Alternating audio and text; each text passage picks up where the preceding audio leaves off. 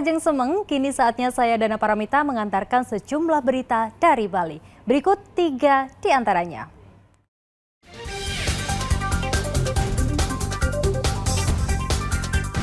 Jumlah kasus penyakit mulut dan kuku pada ternak sapi di Bali semakin meningkat.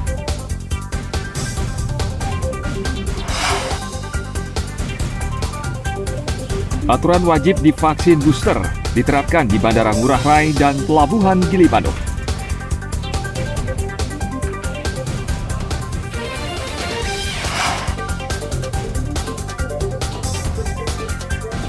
Warga Banjar Manuk, Desa Susut Bangli, menggelar ritual karya nyenuk.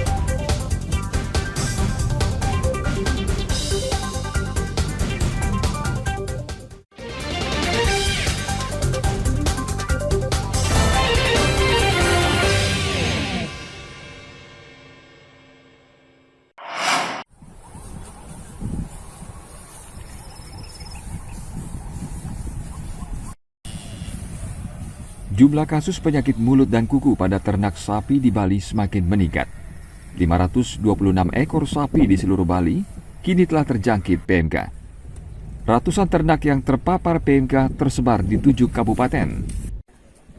302 ekor sapi sudah dipotong bersyarat di rumah potong hewan. Data terakhir kasus PMK ini kita sudah di angka 526 ya. 6. Dari angka itu ini sudah terjangkit di 7 kabupaten kota, dan saat ini sudah dilakukan pemotongan bersyarat sesuai arahan pemerintah pusat untuk memutus penularan virus PMK itu. Sekarang yang masih tertinggal per hari kemarin adalah 224 ekor yang belum dilakukan pemotongan bersyarat, tempatnya semuanya di Buleleng. Dan ini sudah mulai dilakukan pemotongan bersyarat. Kemarin sudah 16 ekor, hari ini juga akan dilakukan pemotongan bersyarat, dan mudah-mudahan dalam beberapa hari ke depan yang lain. Kalau kabupaten yang lainnya sudah selesai ya, sudah clear, dalam artian setiap ada kasus PMK pada sapi sudah dilakukan pemotongan bersyarat. Dengan demikian kalau hewan pembawa virusnya sendiri sudah dipotong pemotongan bersyarat dengan protokol kesehatan juga pemotongannya, maka virusnya tidak ada. Jumlah sapi di Bali saat ini mencapai 558.000 ekor. Vaksinasi terus dilakukan dengan melibatkan Universitas Udayana dan Perhimpunan Dokter Hewan. Tim Liputan melaporkan dari Denpasar.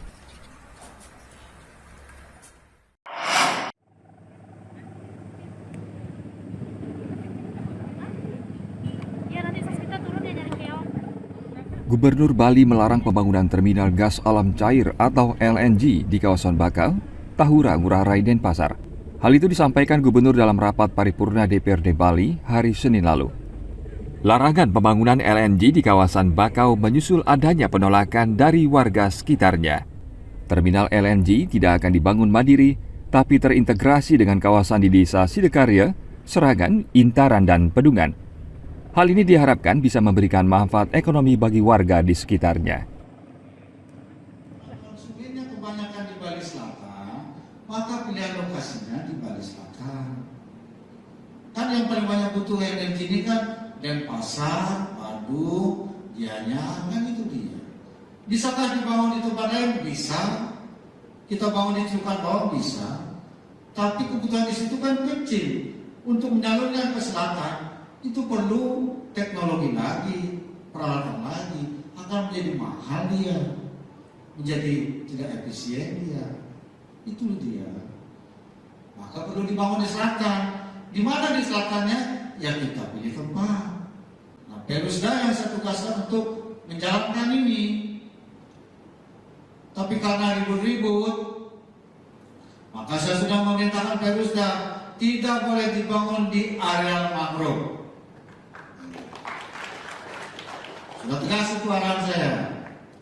Dan konsepnya adalah bukan terminal LNG mandiri, tapi bangun dengan konsep kawasan yang terintegrasi terkait dengan desa yang ada di kawasan itu, yaitu Desa Sidikarya, Sesetan, Serangan, dan Desa Intarang, plus Pedungan. Rencana pembangunan terminal gas alam cair ditolak masyarakat desa di sekitar kawasan bakau. Pembangunan terminal dinilai akan merusak terumbu karang dan hutan bakau yang ada di wilayah itu. Tim Liputan melaporkan dari Denpasar.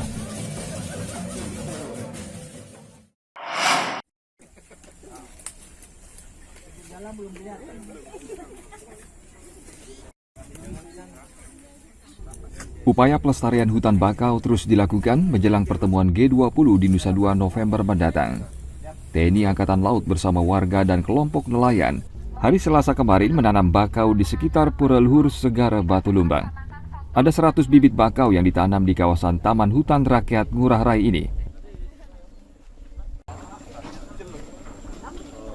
Astongkare sekarang sudah bagus karena penanaman mungkin dari pihak-pihak terkait semua melakukan penanaman di hutan mangrove ini, dan kita juga dari kelompok nelayan sepakat atau untuk membantu kegiatan dan pelestarian hutan mangrove ini, Pak. Kalau dari nelayan, apa sih manfaat yang dirasakan dari hutan mangrove? Manfaatnya sangat banyak sekali karena dari popularitas biota ikan itu semuanya bertambah karena ada tempat ikan bertelur di bawah hutan mangrove itu, Pak.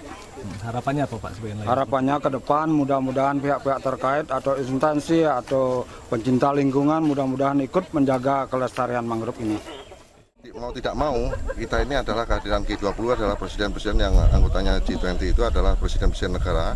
Tentunya partisipasi ini akan dilihat, ini akan gaungnya adalah secara internasional. Dengan adanya G20 ini adalah etalase kita juga, apalagi di Pulau Dewata ini, di Bali. Tentunya Angkatan Laut partisipasinya adalah dalam hal ini menanaman mangrove ini juga. Hutan bakau di Tahura Ngurah Rai seluas 1.300 hektar dari 21.000 hektar lebih di seluruh Bali. Hutan bakau akan diperlihatkan kepada delegasi G20 sebagai bentuk keseriusan Indonesia dalam menjaga lingkungan hidup. Penataan sudah dilakukan pemerintah sejak Januari lalu dan diharapkan selesai pada Oktober mendatang. Tim Liputan melaporkan dari Denpasar.